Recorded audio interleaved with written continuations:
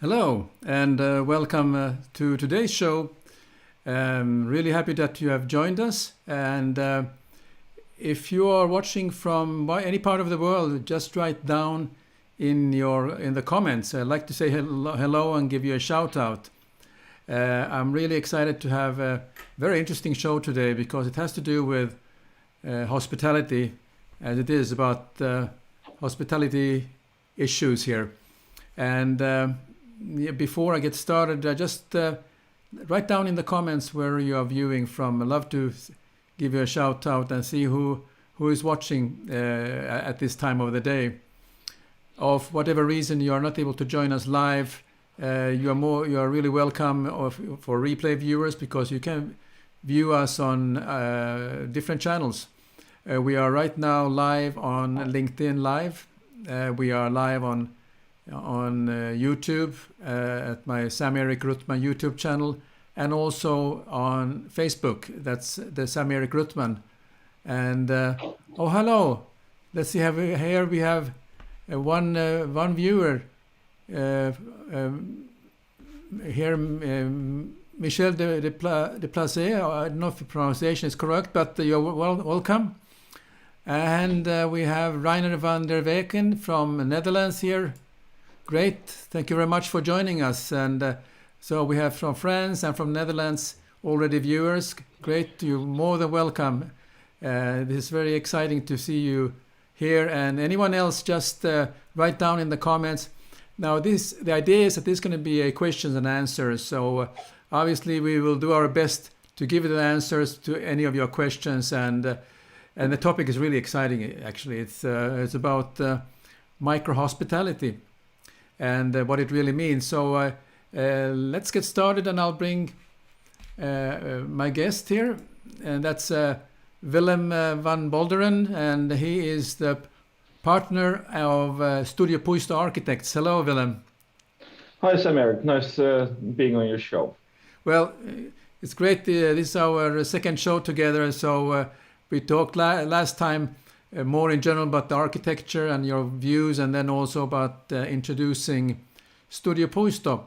But now I think we are narrowing down to some very interesting topic which relates to micro-hospitality and what is the future of micro-hospitality, and how will space of mind get you there. Let's talk a little bit about micro-hospitality and what it really means to both of us. Maybe Willem, you can start with what is the micro-hospitality? What has it inside, and what is your definition, or what do you think it is? Yeah, there's actually, I think we can break it down in a few things, but micro-hospitality is, of course, like the micro part lies in a few things. And I think one is to boil it down to the ultimate experience. So it's by being in a smaller space, you can really focus on the things that matter most. And in the case of space of mind, that would be focusing on the nature, or the surroundings, or the sounds of the birds, etc. But another part of micro-hospitality is, of course, which is kind of part of the tiny house movement, is to reduce the amount of square meters and have as little impact on the surroundings or the environment as possible. And on top of that, I think yet one other aspect of micro-hospitality is to reduce the key count. So the amount of rooms that you have. Typically a hotel starts from 20, 30 rooms upwards, because then it's a business where you can have staff, etc. And then, of course, we all know the Airbnb, where there's one or two rooms that somebody's renting out in the house, but then there's actually a vacuum in between those. So 5 to 10 rooms, and how to have a small resort there. So that's the micro in many ways. Yeah, I mean, we're actually living in like two extremes.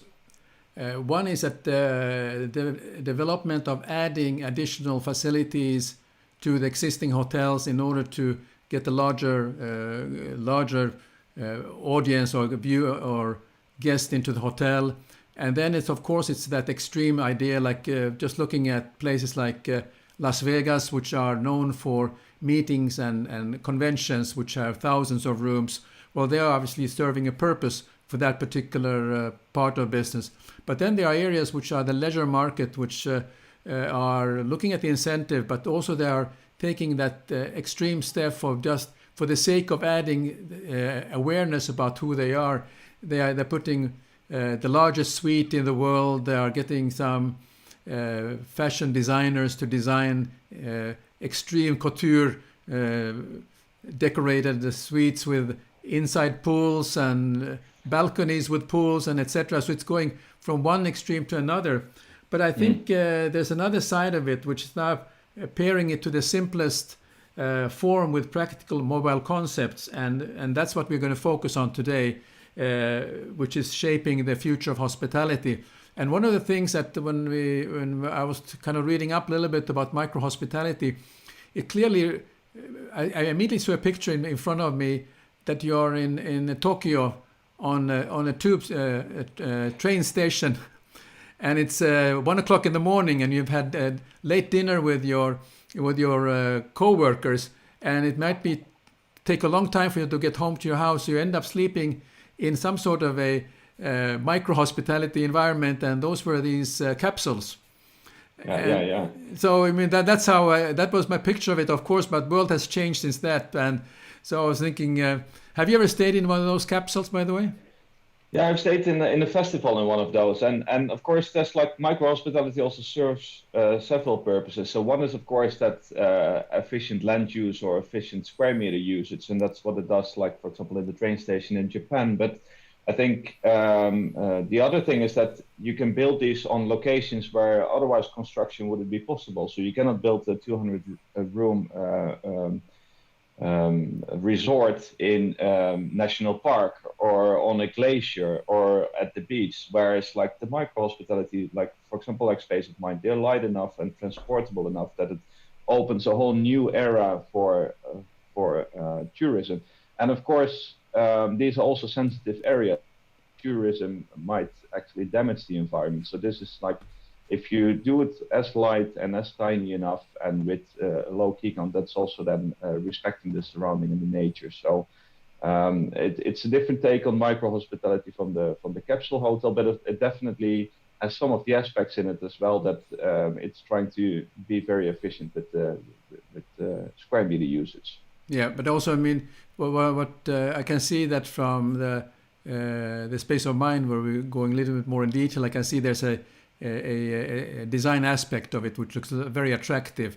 And I think one of the things when I started to post that we're going to go live about this, I immediately started get feedback of oh, that's an interesting looking design, and a lot of questions came in. And I understand you have also got quite a bit of questions on Instagram and other places, maybe to your website also, but so it's quite interesting how it changes, because it looks very eye appealing to what you see, and particularly how your first Space of Mind cabin is where is it located?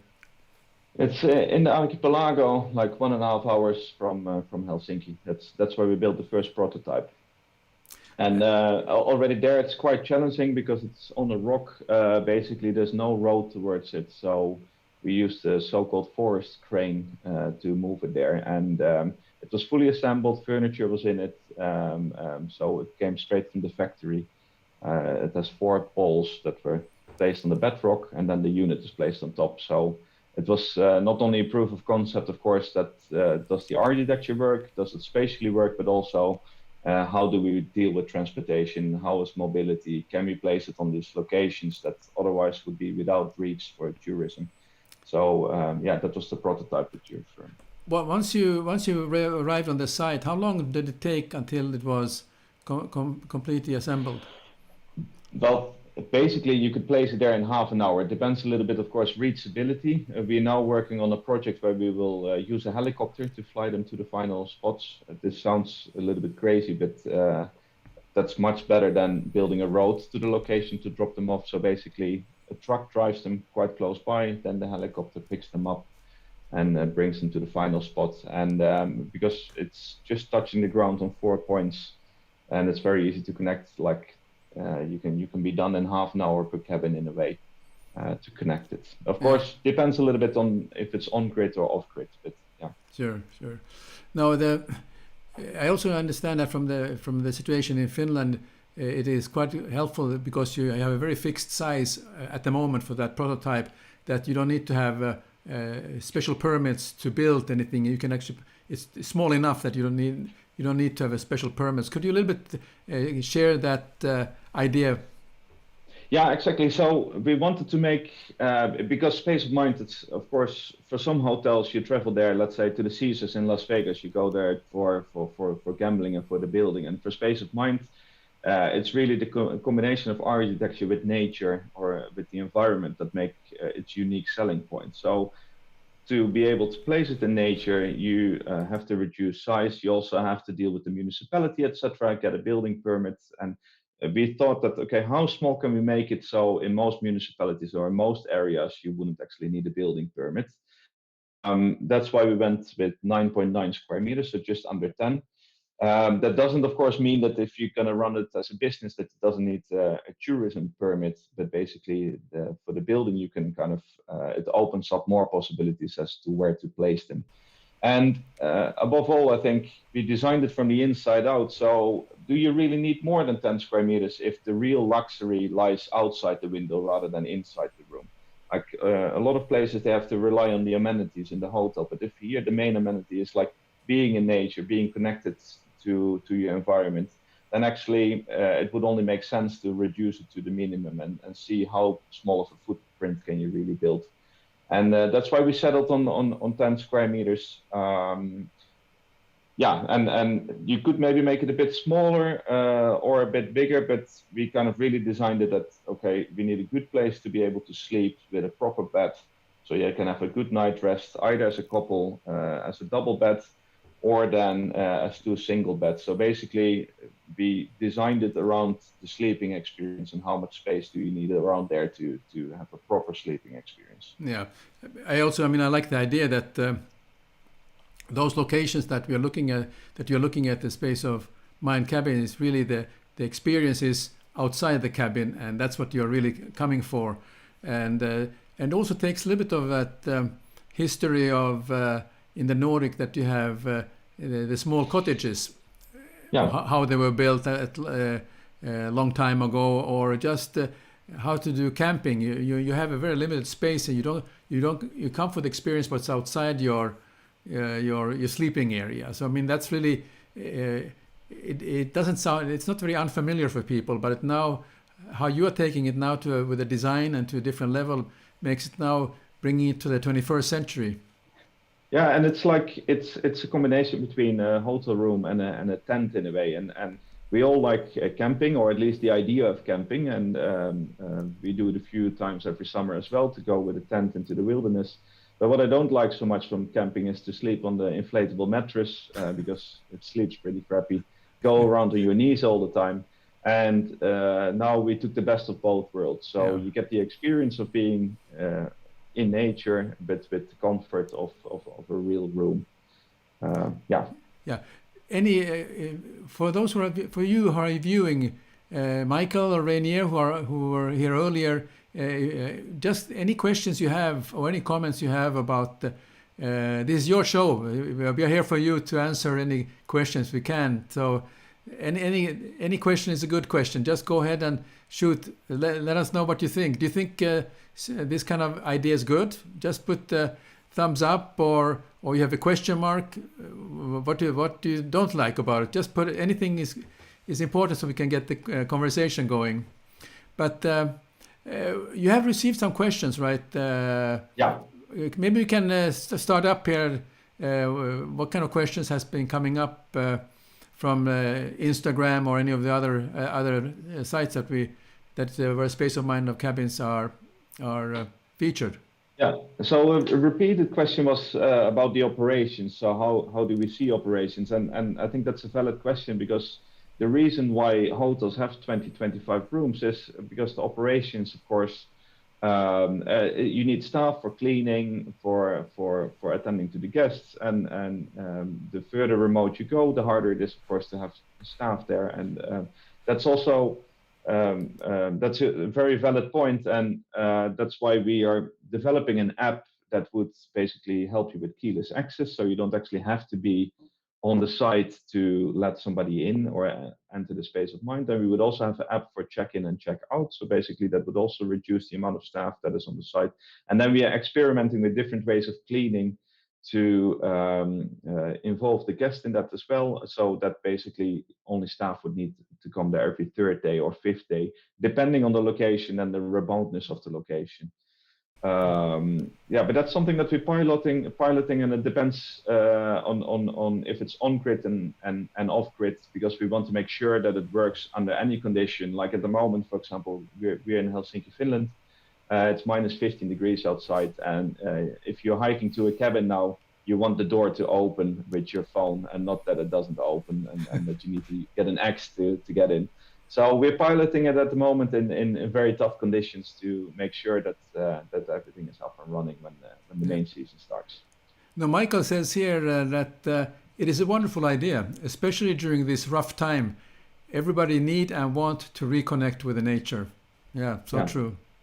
Yeah, I think that's well said, and Michael, that's also why we started designing it. So just as a background, Studio Bush Architects is like we're an architecture office specialized in hospitality architecture, and we developed this internally because we felt in February, March, April, when of course the pandemic happened, or when it was on its height, that you need a break from your daily routines. And that doesn't necessarily mean traveling to Thailand for 2 weeks. That can also be a 1 or 2 day trip in a completely different setting than what you're at in daily life. And I think even when the pandemic is over, that's here to stay in a way, like this, in a way, micro trips that are closer by, that have an experience and a purpose.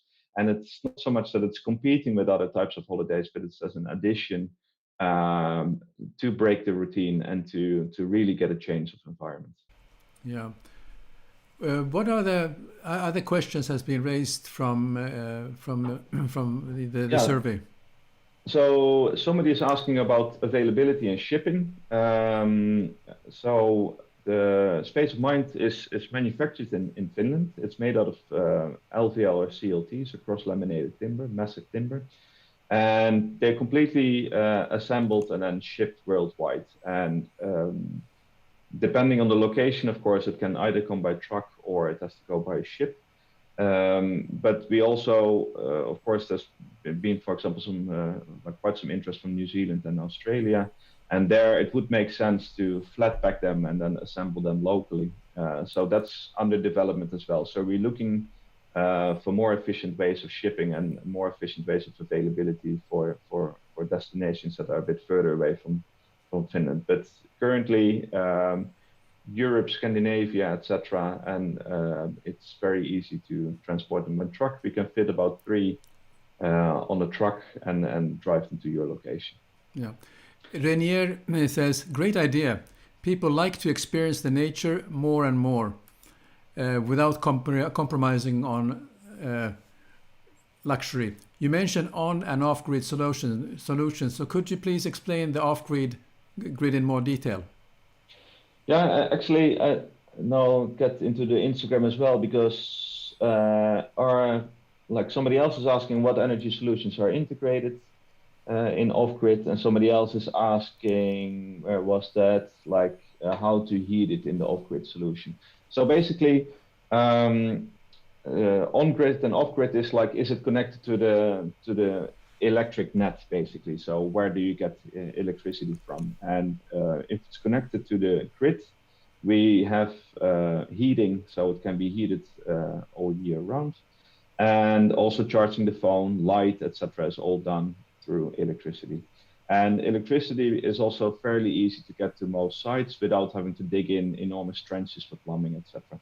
And then for the off-grid solution, we use solar panels, and the solar panels are there to charge your mobile phone, provide light in the evening, etc. So we can still be connected to the world and move around in the evening, but we would use gas for the heating of a Space of Mind. And then, of course, there's also cooking, etc. So there's the possibility for a mini kitchen that either opens out up to the outside or the inside. But so far, actually, most of the Space of Minds that we've placed are without a kitchen, and there's, for example, the possibility for a barbecue or, in a way, other ways to cook rather than to use the cabin amenities for that. Very good.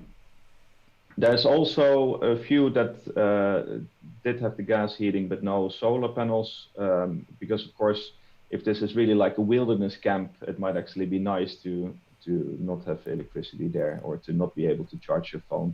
So on and off grid can mean many things on different locations. Yeah.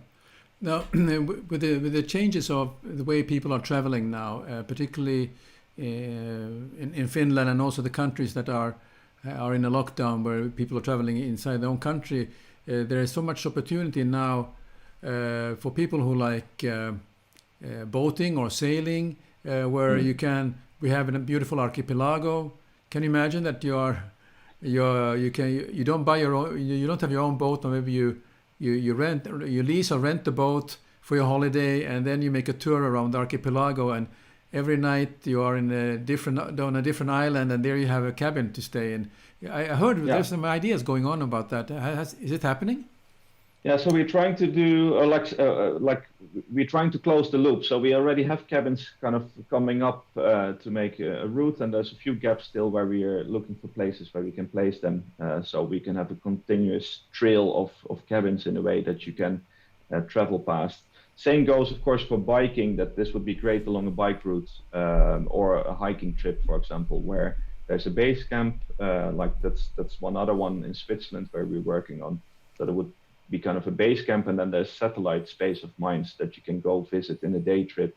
So one day hike to go to the cabin, and then one day hike to get back to the base camp, where you could have a village or a cluster of these, and then single units that are further away from the base camp. Yeah, I mean, there are really endless possibilities to use this concept, whether you are developing a village out of that, or you're having a clusters of cabins, or simply that if you have a big backyard from your house and you want to have a cabin for work or for exercise or for any other thing. So there are so many things you can do that because of the space you need is not so much. And we made we have a mirrored version, so basically you can place them back to back or side to side. So you actually get a pitched roof, like almost like a Norwegian fishing village in a way. If you put 5, 6, 7 of them in a row, so you can make them into a row space of mind almost, where the roof goes back and forth, or have them as separate units a bit further apart. Somebody like to add to the off-grid question. So somebody else is asking Chromo L. This is from Instagram, so these are all like usernames, I guess. But how low of a temperature are the cabins livable and with and without the optional gas heating? So basically, the cabin itself is made from solid or massive wood in the walls, in the roof, and then the floor we've added additional insulation. But the space is, of course, compact. So if you don't have any heat source, it will be as warm inside as it is outside. Of course, the body temperature from 2 people increases the temperature. So throughout the summer season and spring, late spring and early autumn, you could do without additional heating. But of course, when it gets a bit colder, you do need another heating source that could either be electric radiators or gas heating, which is in a way the similar system that you would have in a caravan or camper van. That would require gas bottles to be taken there. And then basically, which temperatures are possible? That was the question. So temperatures that are comfortable, and there's also somebody else who's asking like any solutions for additional insulation. We are working on an Arctic version that would work in Lapland, but for most climates, moderate climates, you wouldn't need any additional heating just because the space is limited. Imagine 2 people sleeping in a tent together. Actually, a tent doesn't have any insulation, but still it's heating up.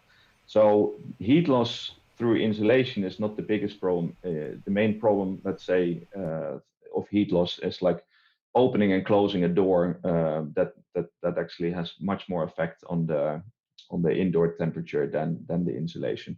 And we're using CLT, which is massive wood, and wood has a U value. So think of the traditional log cabin that doesn't have any additional heating either, and it uses the thermal qualities of wood as an insulator. If your place is above the Arctic Circle, yes, I would say we need additional insulation. That's something that we're working on. But in most other places, it would be better to keep it low tech, also because it's much better for the wood if it's vapor open and in a way the wood is able to breathe. Well, since one of the topics people are paying attention to these days is anything that is sustainability, and that's a very, very important factor. Can you just share your thoughts about how sustainable is this approach to hospitality? What are your thoughts on that? Yeah, so that's a good question. And there's operations, and then there's construction, of course. And in construction, like we try to use as much timber in this project as possible. Timber can be recycled. And the cabin is, of course, because it's placed in four posts. So let's say if it reaches end of life, or the business ceases to exist, or it can be like you can go and pick up the cabin and it can be used elsewhere. So basically, the best way of recycling is to not chip it down into wood, but to really use the cabin elsewhere. So that would be the first way. Then the second way to recycle it is, of course, to use the wood as a raw material for a next project. From operations point of view, of course, we go to sensitive nature areas. It would be good to not have too many people, too many feet on the ground. So to always see how much can this place sustain, how many tourists can it sustain, and to choose accordingly, so that the spirit of the place stays there, that people don't tremble on all the plants, etc., that is there. But if this attracts, of course, to a certain type of tourists that are typically also responsible to the environment. But that's something that would be really good to explain to the customers as well, that also during the operations and during the use, that the environment is respected. Yeah. Somebody else is also asking, Nicole Aragons is asking, do your cabins have bathrooms? And basically, the base unit, the space of mine to 9.9 square meter, doesn't have a bathroom. It's a space that, yes, it has heating and it has a bed, but it doesn't have a bathroom. We offer on top a dry toilet solution that can be placed close by the cabin. So basically a compost toilet that doesn't have any odors. Another option is that we have a burning toilet in the way, so that burns the waste. But what is possible is we have a sauna bathroom version under development, which would be a separate unit, so a wellness unit in a way. So I could imagine that you have a camp where there's 3 sleeping units and a sauna a wellness unit or spa unit that can be used for washing, but also have the sauna experience, the Nordic experience in a way, in close relationship to nature. And depending on if it's on or off grid, it could either be heated by a wood burning stove or then by an electric stove to heat the sauna. And it's not so much that, like, let's say if you would really want the bathroom unit, then the easiest way to do it, depending on the location, is to have a sleeping unit and then a second unit that is placed against it, that is an empty shell, that can then locally be fitted out with a shower unit or a toilet. But this really depends on, is there plumbing on the site, is the water on the site, are the pipes heated so it doesn't freeze in winter. So those kind of need custom solutions then, depending on the locations and the available infrastructure, if a bathroom unit is possible or not. Yeah. Rainier just said, maybe Rainier, can you just confirm, did Willem answer your question? Rainier said that, what about the solutions for water input and output in the off-grid case? I think you touched on that. Yeah, exactly. But I can elaborate on that a bit further, because there's so many cases how this could be done. Like if you're at a lake, you might just need to add a filter to filter lake water to use for washing, probably not for drinking. If there's a well, you can use well water. In most cases, it's probably easiest to bring water in cisterns to the site. And basically, the kitchen unit that we provide is without water, but water can be installed depending on the availability. But that's something that has to be taken care of locally, because in every country there are different regulations as to how it can be used. For example, in Finland, for summer houses, as long as you carry water in with a bucket in a way, you don't need a wastewater system. The moment it's running water, you also need the wastewater system that needs 2 septic tanks underground. So let's say you build on bedrock, that wouldn't be possible because you don't get those septic tanks underground. And then it might be easier to bring water in cisterns because that's then manually taken in and manually disposed of. So on purpose, we've separated the water question from the space of mind base cabin because it needs a custom solution in depending on the location and depending on the infrastructure. So but Renier, you can send your case and then we can look at like how it can be solved. But basically, if there's plumbing, if there's running water on the site, you could use an empty shell, an empty space of mind in a way to fit the bathroom in it. If you want it off grid, then either a well or bringing in water would be the other solution. Good. We have a few more viewers who has joined us. So just write down your name and where you are viewing from, and please join the discussion. Any questions or any comments are welcome. We are talking about micro hospitality and particularly about the space of mind cabin concept that is now being rolled out. Somebody else here is asking, why is there no kitchen in the cabin? So in the there is a kitchen, or there's the possibility for the kitchen in the cabin, and we have 2 kitchen possibilities. So one would be which is a mini kitchen that either opens inwards or opens outwards, and this again really depends on the location. If you want an outdoor kitchen or an indoor kitchen. There's one other question like, do you think of selling some kind of downloadable building instructions or floor plans? And somebody else is also asking, is it possible to get blueprints for this cabin? And the simple answer is no. And that's not so much that like that I don't support open source, but basically the cabin is, although it looks simple, because the roof runs diagonally over it, it's a 3-dimensional structure. And it's actually not built by hand tools, but we use a 5-axis CNC to cut every panel to size. So it's not just panels with a frame, but actually the frame sets into the panel. So you would need a factory to be able to build these according to the blueprints. It's not something that is possible to build at home. And actually the whole its Space of Mind is built by a company that specializes in furniture. So we actually use furniture techniques to put this together. So there's a lot of notching and dowels, etc. that is not used in typical construction, but that is used in Space of Mind. Do you provide interior for these cabins also? Is there someone who's actually designing the... Yeah, so actually that's a really good point. We have 3 options. So there's the sleep space, which is basically a hotel room that comes with bed, mattress, and we will also have additionally like bed linen available. And for example, the mattress is developed with Matri, and Matri is a bed manufacturer here in Finland, a high-end bed manufacturer that makes completely sustainable mattresses, etc. So it comes with the full furniture. The other one is a workspace or an atelier space that comes with a desk chair, shelves, etc. And then we have a gym space, and then we have a sauna under construction or under testing. So that's the next thing that is coming up. And actually, I just remember that somebody else, Natural Lodge, is asking any future designs. So the first things that are coming up are the dry toilet and the sauna. Both of them are being piloted at the moment.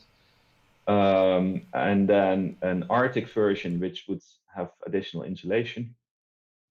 And then in the long run, we might look at different sized units as well. But that's something that is like medium to long term. I got a question from US asking I'm in US and how could I get one of those cabins? How does it work from? Is it any production there, or how do you ship them, and how would one assemble them if it's go for that? Yeah, that so part if you of want it? it right now, then we can ship it there. Then it comes by boat basically, and either door to door or ro-ro shipping, so called, where we would bring it to the nearest port, and then it can be collected there. So there's door to door option, or then to the port. On the medium term, we're developing a flat pack that would still require a local construction company to put it together, but basically we could ship more efficiently that way. I understood that this question comes from the US, so we're under well, this is now very public, but It's between us. yeah. So there will be local production at some point. Yeah. But that's something that it takes actually surprisingly a lot of work. Also because it's at the moment geared towards finished dimension CLT, and once we change the raw material, it actually needs redesign of the cabin for the US market. But that's something that will come up in the near future. But for now, we can ship it either completely assembled. In a few months, we can send it flat pack, and let's say in the next season, we can have it locally produced. Very good.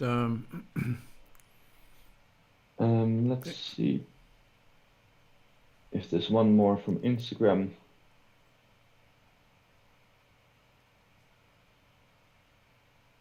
Yeah, so somebody else is asking what kind of insulation, like why is there no insulation, and also what type of insulation are we thinking of using? So that's a good question, and of course the whole philosophy of Space of Mind is that it's low tech and durable. So that's why we use massive timber, and that's also the approach that we have towards insulation. So we would use the wood fiber-based insulation that is completely damp open. So humidity can enter, but also be released. So no vapor barrier on the inside to trap moisture inside the structure. Very good.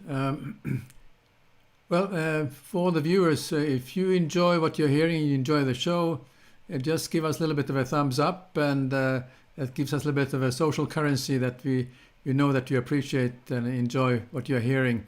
We already got some very nice comments from our viewers here. It's really appreciated, and really very, very nice of you to take the time to be with us, and also for your questions and comments are most appreciated. Yeah, and I would like to add to that of course, if you have any questions that weren't answered now or that's very specific, reach out to us in either by email, sales@spaceofmind.fi, or drop your comment in, for example, one of our social media channels, and we'll get back to you. And of course,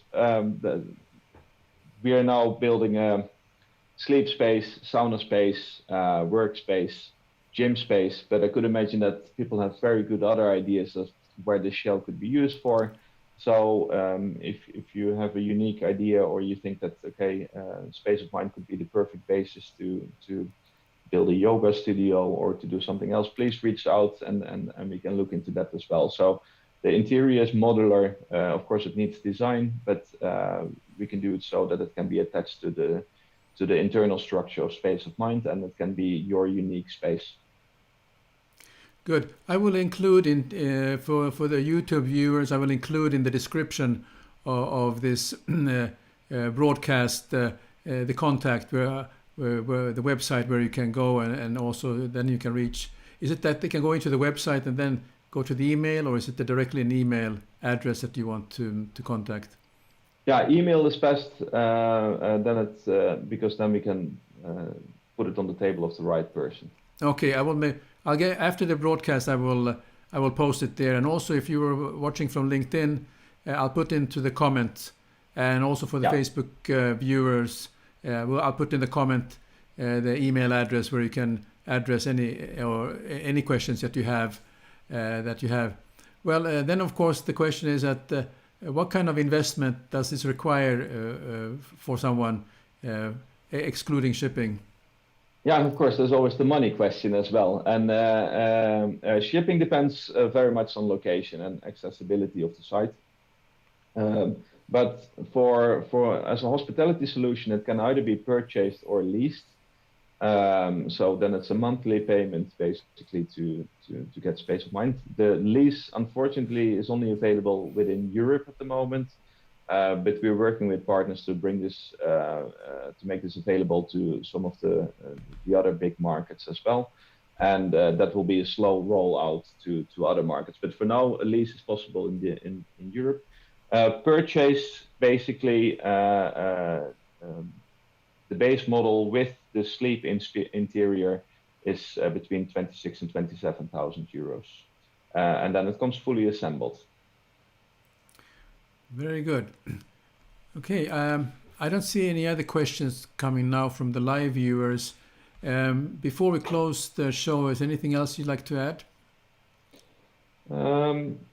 I think what I would like to add is because we call it space of mind, and it's really that's the mind part is a very important part of it, and that's the luxury of this space. And try to imagine yourself what brings me peace of mind, and how could space of mind help me get that peace of mind, or how could space of mind help my customers or my guests to get that peace of mind. So that's kind of the revolution that we're trying to bring, and in a way change the hospitality industry a little bit for the better. And there must be unique places close to where the listeners are, that but that are worth discovering to others as well. So maybe this is the first step to make those places accessible.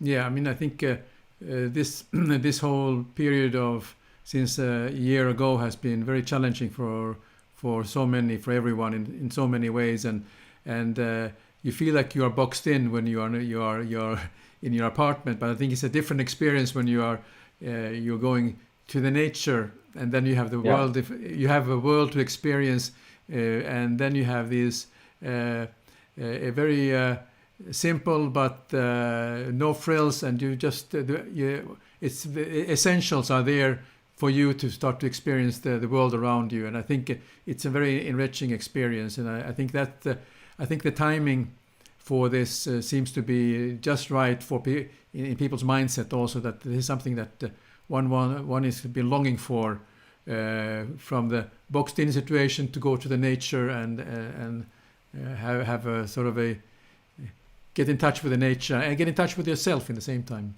Yeah, exactly. And I think that's the important part, not because where does it lead to? It opens up new ideas, new fresh thinking. You can empty your mind, empty your head. And I think that's really exciting, how from something that is maybe a negative starting point, how can we turn it into a positive, enriching experience? Very good, Willem. Thank you very much for this. And I'd like to thank Sam-Erik. I also like to thank all the live viewers and the replay viewers. And as mentioned, if you want to have some more information, we will post the contact details in YouTube in the description, and also in Facebook and LinkedIn into the comments. So this was Sam-Erik, and please join me for the next show. We have different topics, and we'll have something else coming up with Willem in the near future. We can have a chat about other things which are relating to the future of hospitality. So thanks a lot, and have a good day.